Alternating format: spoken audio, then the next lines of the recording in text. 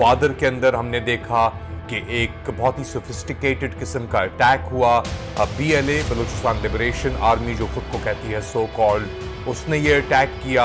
Keep in mind Gwadar के अंदर ऐसे अटैक होते चले आ रहे हैं पिछले चंद सालों से। जो इंटेलिजेंस और सिक्योरिटी एहलकार हैं वो कहते हैं कि जी हमारा फोकस अभी है PTI और इमरान खान के ऊपर।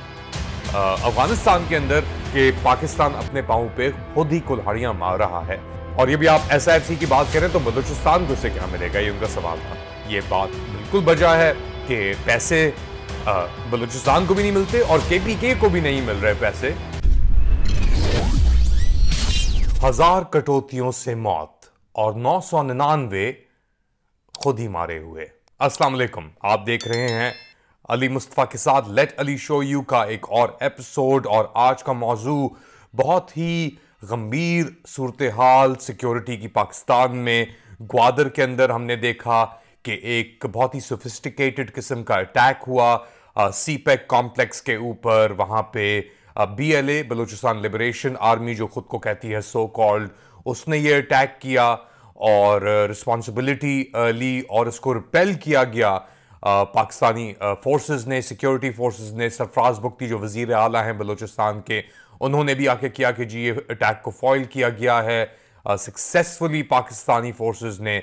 मगर ओवरऑल जो सिचुएशन डेवलप हो रही है ग्वादर में, कीप इन माइंड ग्वादर के अंदर ऐसे अटैक्स होते चले आ रहे हैं पिछले चंद सालों से। 2019 में हमने देखा, 2022 में देखा और 2022 में तो चाइनीज इंजीनियर्स को भी टारगेट किया गया, मारे भी गए और एरियाज के अंदर भी अटैक होते रहे। मगर इस बार ये अटैक हो रहा है बस चंद ही दिन के गैप अगर आप देख लें, यानी एक हफ्ता होने को आ रहा है जब नॉर्थ वजीरिस्तान मीर अली के एरिया के अंदर तहरीक तालिबान पाकिस्तान के एक फैक्शन ने, हाफिज गुल बहादुर के फैक्शन ने अटैक किया और 6 अफवाज पाकिस्तान के अहलकार को शहीद किया। मगर उसके बाद यानी कि ग्वादर का अटैक हुआ और अब डेरा इस्माइल खान के अंदर भी सुना है कि 2 अफवाज पाकिस्तान के अहलकार शहीद हो चुके हैं। वहाँ पे भी एक अटैक। तो ये सिचुएशन जो डेवलप हो रही है पाकिस्तान के इन इलाकों में, बलूचिस्तान और खैबर पख्तूनख्वा जो माजी के अंदर बहुत ही टारगेटेड रहे हैं, वहाँ पे बहुत अटैक्स होते रहे हैं।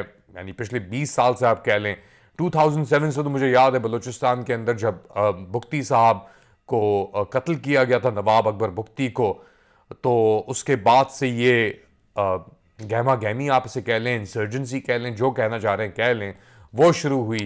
मुशर्रफ साहब की रॉन्ग मूव्स थी, वहाँ पे अगेन पाकिस्तान मिलिट्री की क़यादत मुलविस थी। और इस बार जो सिचुएशन है स्पेशली 2024 के अंदर जहाँ पे BLA और बलूचिस्तान के जो टेररिस्ट हैं वो अटैक कर रहे हैं अफवाज पाकिस्तान की पोजीशंस को।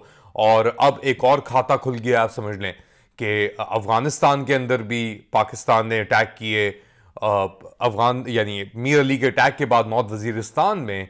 और उसके बाद ये रिटेलिएशन, एक रिटेलिएटरी वेव इसे कह लें, लहर चल पड़ी है पाकिस्तान में। क्यों ऐसा क्यों हो रहा है? जो मेरे ज़राए हैं, जो बैठे हैं इंटेलिजेंस ब्यूरोस के अंदर, जो बैठे हैं और इंटेलिजेंस एजेंसीज के अंदर पाकिस्तान के अंदर, उनका कहना है कि जी हमारा सब फोकस है फिलहाल, यानी ऑफ द रिकॉर्ड ये बातें वो मुझसे करते हैं। वो कहते हैं कि जी हमारा जो भी फोकस है फिलहाल वो है पॉलिटिकल केओस और पॉलिटिकल सिचुएशन और पॉलिटिकल एक्टिविज्म जो चला हुआ है स्टेट इंस्टीट्यूशंस के खिलाफ, उसको कंटेन करने के ऊपर। चाहे तो वो इमरान खान साहब से मुतालिक हो, चाहे वो और कोई सिचुएशन हो, मगर 90% वो कह रहे हैं कि जो उनकी एनर्जीज और रिसोर्सेज इस वक्त डायरेक्ट की जा रही हैं वो की जा रही हैं कि जो पॉलिटिकल सिचुएशन है उसको एट बे रखने के लिए। क्योंकि ये इलेक्शंस के बाद स्पेशली, और इलेक्शन से पहले भी, सिर्फ 8 फरवरी कोई चीज़ नहीं हुई, ये चीज़ तो चलती आ रही है बहुत अरसे से, कि जो सप्रेशन की जो वेव है, जो हम अप्रैल 2022 से इमरान खान साहब के यानी departure vote of no confidence से के बाद से हम देख रहे हैं, जिसमें एक बहुत तेज़ी पकड़ी गई 9 मई 2023 के बाद, जब एक क्रैकडाउन एसेंशली शुरू हुआ और मिलिट्री ट्रायल्स ओवर 100 पीपल की, लोगों की मिलिट्री ट्रायल्स भी जारी हैं। तो इस सब सिचुएशन को देखते हुए कि एक तरफ तो मिलिट्री ट्रायल्स हो रही हैं सिविलियंस की, और ऑफ कोर्स सिर्फ सिविलियंस तक महदूद नहीं है, क्योंकि मिलिट्री ट्रायल्स जो सो कॉल्ड अलेज्ड टेररिस्ट की, उसके अंदर से बलोच इंसर्जेंट्स भी मौजूद हैं, उसके अंदर केपीके के अंदर भी वजीरिस्तान और ये जो फेडरली एडमिनिस्ट्रेटेड ट्राइबल एरियाज हैं इनके भी, उनकी ट्रायल्स भी हैं। ऐसी भी सिचुएशन मौजूद है कि हज़ारों की तादाद में, हम बलूचिस्तान का जिक्र करते हैं जहाँ पे 6000 लोग मिसिंग हैं estimated according to Nasrullah Baloch, मगर केपीके के अंदर भी ऐसी फैसिलिटीज़ हैं जहाँ पे लोगों को इंटर्न किया जा रहा है, रखा जा रहा है हज़ारों की तादाद में। हमें नंबर नहीं पता एग्जैक्टली कि क्या वो नंबर है, वो मैजिक फिगर क्या है जो इसके पीछे है, मगर यहाँ पे एक कंट्रोल मैकेनिज्म बहुत अरसे से मौजूद है। मगर इसके बावजूद, इन सब इकदाम के बावजूद, ये अटैक्स जो हैं इनमें कमी नहीं आ रही। और उसकी वजह जैसे मैंने आपको बताया, जो इंटेलिजेंस और सिक्योरिटी एहलकार हैं वो कहते हैं कि जी हमारा फोकस अभी है पीटीआई और इमरान खान के ऊपर।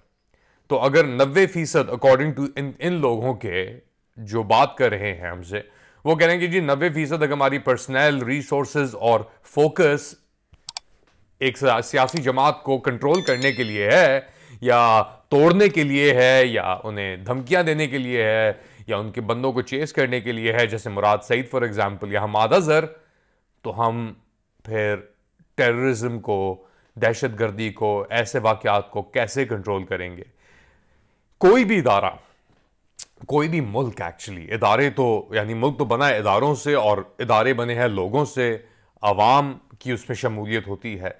कोई भी इदारा अगर अपने एजेंडा या ऑब्जेक्टिव से थोड़ा सा भी वेवर करता है, डिफाइंड एजेंडा और ऑब्जेक्टिव से, और आर्बिट्ररी चीज़ों की तरफ देखना शुरू कर देता है, क्योंकि शायद इक़्तिदार के अंदर कुछ लोग हैं जो अपने आप को ख़तरा महसूस करते हैं उस सियासत से, तो फिर उसका जो नुकसान है वो अवाम को और मुल्क को ऐसे इंसिडेंट्स के साथ होता है। और ये सिर्फ चीज़ डेरा इस्माइल खान या ग्वादर तक महदूद अब नहीं है, ये हम देख रहे हैं, ये फैल रही है केपीके के अंदर, बलूचिस्तान के और एरियाज के अंदर।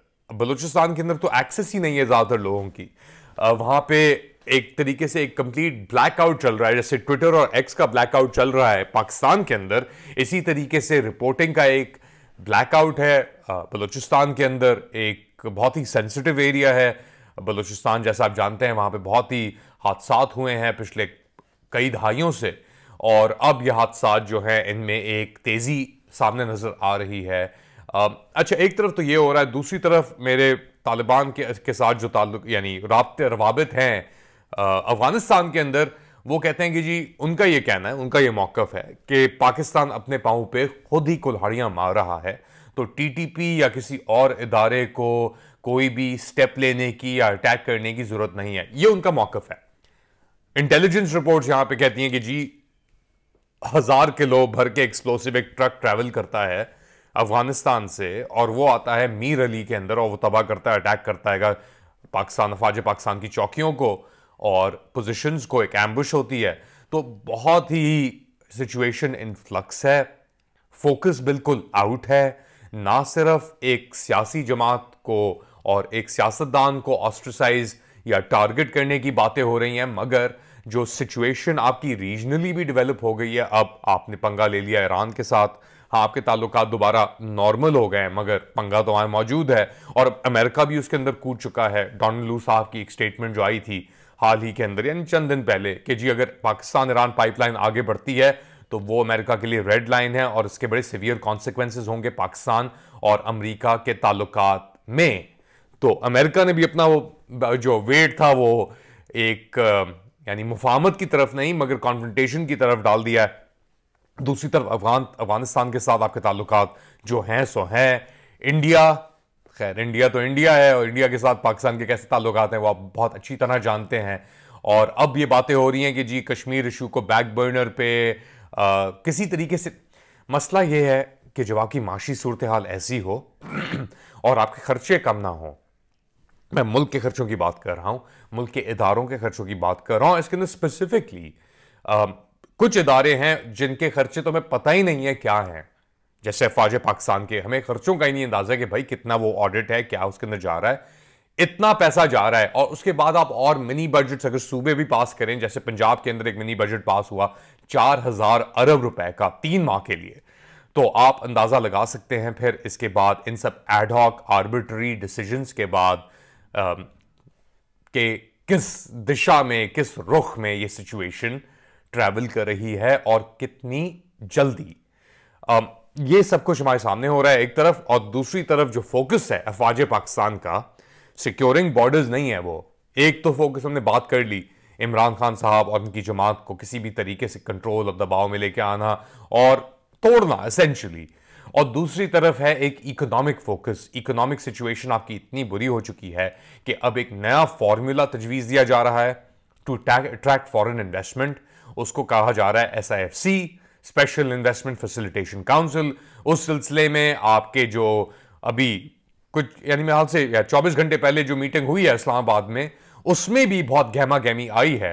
इनफैक्ट सरफराज भुगती साहब जो है आपके वजीर आला बलूचिस्तान, जिनका स्टेटमेंट भी आया ग्वादर अटैक के बाद, उन्होंने ये बात रेज की कि जी आप इकोनॉमिक पॉलिसीज की तो बात करते हैं, आप कहते हैं कि जी हम नई ये एक मुहिम चला रहे हैं SIFC के under to attract foreign investment, मगर बलूचिस्तान को फ्रॉम दैट इकोनॉमिक बेनिफिट कुछ नहीं मिलता। ये सरफराज भुगती के अपने अल्फाज थे बाय द वे। ये जो भी SIFC की मीटिंग हुई है 70 लोगों की, जिसके अंदर फॉर्मर कैबिनेट भी, इंटरिम कैबिनेट भी इन्वॉल्व थी, नए वजीर आला, नई कैबिनेट भी इन्वॉल्व थी। तो सरफराज भुगती साहब ने ये रेज किया कि जी बलूचिस्तान को तो कुछ मिला ही नहीं इकोनॉमिक पाई से, और ये भी आप SIFC की बात करें तो बलूचिस्तान को इससे क्या मिलेगा, ये उनका सवाल था। और जब वसाइल नहीं होंगे एक प्रोविंस के पास अपनी अफेयर्स रन करने के लिए, तो वो सिक्योरिटी चैलेंजेस उसकी पुलिस फोर्स किस तरीके से मैनेज करेगी, ये कहना था सरफराज भुगती साहब का। ये बात वो कर रहे थे तो अली अमीन गंदापुर साहब जो भी पहुंचे हुए थे वहां पे, थोड़ा लेट आए जो सुनने में आया, क्योंकि उनको जाहिर सी बात है पैसों की भी जरूरत है। KPK को आके बात पैसों पे रुक जाती है, हर किसी की बात आगे पैसों पे रुक जाती है। तो अली अमीन गंदापुर साहब ने भी फिर कहा कि जी ये बात बिल्कुल बजा है कि पैसे बलूचिस्तान को भी नहीं मिलते और KPK को भी नहीं मिल रहे पैसे। हाँ, तो एक तरफ इकोनॉमिक इश्यूज टाइड इन है, दूसरी तरफ सिक्योरिटी के मसले चल रहे हैं। अब ये भी बात की जा रही है कि जो आपका सर्कुलर डेट है SIFC मीटिंग के अंदर, उसको पेमेंट के लिए आपके पास पैसे नहीं है। तो इतने गढ़ खोद चुके हैं, इतने यानी महाज, जिस तरह हमारे एक दोस्त हैं वो कहते हैं, वजाहत साहब, खुल चुके हैं मुल्क के खिलाफ, माशियत के खिलाफ, सिक्योरिटी सिचुएशन के खिलाफ, कि किस तरीके से इसका हल होगा किसी को नहीं पता मेरे ख्याल से इस वक्त। और यही वजह है आपकी करंट सिचुएशन की कि किसी को पता ही नहीं कि बड़ी पिक्चर क्या है, क्या हो रहा है। हर कोई अपनी कोशिशों में लगा हुआ है किसी तरीके से अपने आप को बचा ले और अपने जरिए मुल्क को बचा ले, मगर मुल्क इस तरह नहीं बचता। मुल्क फोटो अपॉर्चुनिटी से नहीं बचता, मुल्क मिनी बजट्स 4,000 अरब के से नहीं बचता। और डेफिनेटली अगर आप समझ रहे हैं कि कोई इस सिचुएशन में आपकी ये स्पेशल इन्वेस्टमेंट फैसिलिटेशन काउंसिल के अंदर आके इन्वेस्ट करेगा, पैसे डालेगा, आर्मी को पैसे आएंगे, एनिमल हस्बेंड्री के थ्रू या चावल उगाने के थ्रू या गंदम उगाने के थ्रू और वो आगे बेचने के, तो आप फिर एक फूल्स पैराडाइज में रह रहे हैं। क्या आप एक फूल्स पैराडाइज में रह रहे हैं?